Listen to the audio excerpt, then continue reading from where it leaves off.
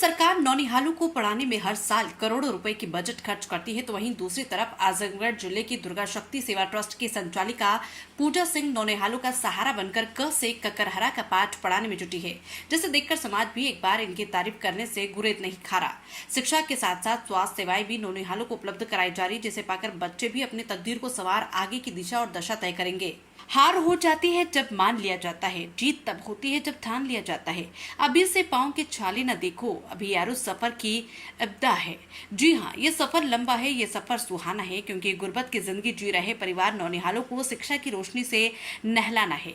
शिक्षा की अलग जगाने वाली दुर्गा शक्ति सेवा ट्रस्ट की इस मुहिम को अगर हम गौर से देखें तो खुद पर विश्वास नहीं होगा, क्योंकि एक तरफ जहां 200 बच्चों को पिछले 5 साल से रोजाना सुदीक्षा फाउंडेशन द्वारा न सिर्फ 2 घंटे की निःशुल्क शिक्षा मुहैया करवाई जा रही, बल्कि दूसरी तरफ पूजा सिंह द्वारा इन बेसहारों का सहारा बनकर जिला आजमगढ़ में जमीनी स्तर पर उसे साबित भी किया जा रहा है। इतना ही नहीं, इन नौनिहालों को शिक्षा के साथ साथ बुनियादी चीजें जैसे कॉपी किताब, पेंसिल, बैग, लंच पैकेट समेत तमाम सुविधाओं से लैस किया जा रहा है, जिससे आने वाले समय में देश के भविष्य को ये नौनिहाल संवार सके। बताते चले कि एक तरफ जहां समाज में भागदौड़ भरी जिंदगी में लोग अपने सपनों को पूरा करने में पूरी जिंदगी खपा देते हैं, तो वहीं दुर्गा शक्ति सेवा ट्रस्ट की संचालिका पूजा सिंह बच्चों की उम्मीद के एक नया आयाम देने में जुटी है। आप महज इस बात से समझ सकते हैं कि इन नौनिहालों को बड़े होने के बाद किसी के सामने हाथ न फैलाना पड़े और अपने पैरों पर खड़ा होकर समाज को एक नई दिशा दे सके।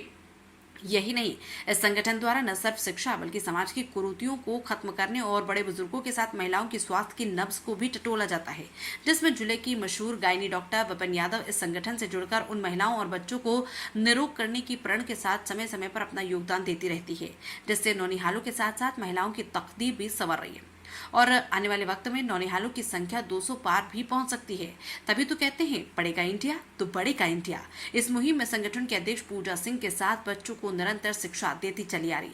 साक्षी पांडे, संगठन के उपाध्यक्ष सोनल श्रीवास्तव, मिस यूपी, संगठन की पदाधिकारी रीना गुप्ता, एकता संगीता, रविशंकर, विजय शालिनी पांडे भी भरपूर सहयोग कर रही हैं, जिसकी पूरे जिले में जमकर सराहना हो रही है। चाहती हैं, उसकी हेल्प करना चाहती हैं, तो हम सुदीक्षा फाउंडेशन की हेल्प के लिए आगे आए हैं और हम चाहते हैं कि हम अपनी संस्था का सपोर्ट दें, अपनी दुर्गा शक्ति संस्था का सपोर्ट दें और साक्षी के इस प्रयास को आगे बढ़ाएं। हम उसके साथ हैं। आज किस तरीके का कार्यक्रम यहाँ पे किया गया है? आज ये छोटे छोटे बच्चे हैं, सुदीक्षा फाउंडेशन से अटैच्ड हैं। साक्षी इनकी टीचर है, पढ़ाती है और भी बहुत सी बच्चियों को मैंने यहाँ देखा जो उन्हें पढ़ाती हैं। बहुत छोटे बच्चे हैं जो बहुत ही छोटे घरों से आते हैं, जिनके मम्मी पापा कहीं वर्क करते हैं, किसी के घर में काम करते हैं, जिनके पास स्कूल भेजने के लिए पैसे नहीं हैं, जो प्राइमरी तक में भी बच्चों को नहीं सर्वाइव कर पा रहे हैं, उनको साक्षी पढ़ा रही है।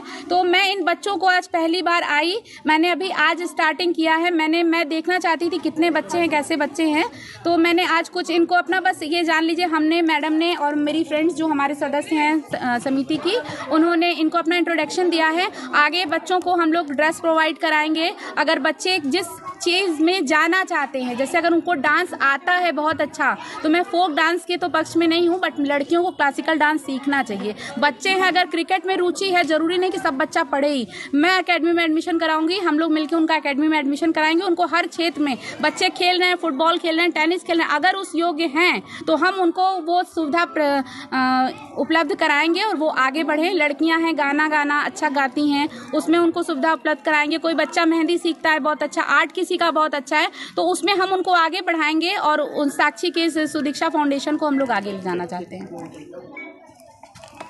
कितने संस्था में अभी ये बच्चे तो लगभग मुझे लगता है 80-90 करीब हैं। जी। तो क्या बच्चे ऐसे ही, अगर ये कारवां चलता रहा, बच्चे बढ़ते रहे जी, तो फिर आप लोग भी कहीं अपने हाथ पीछे तो नहीं खींचेंगी? बिल्कुल नहीं। मैं तो चाहती हूँ 10,000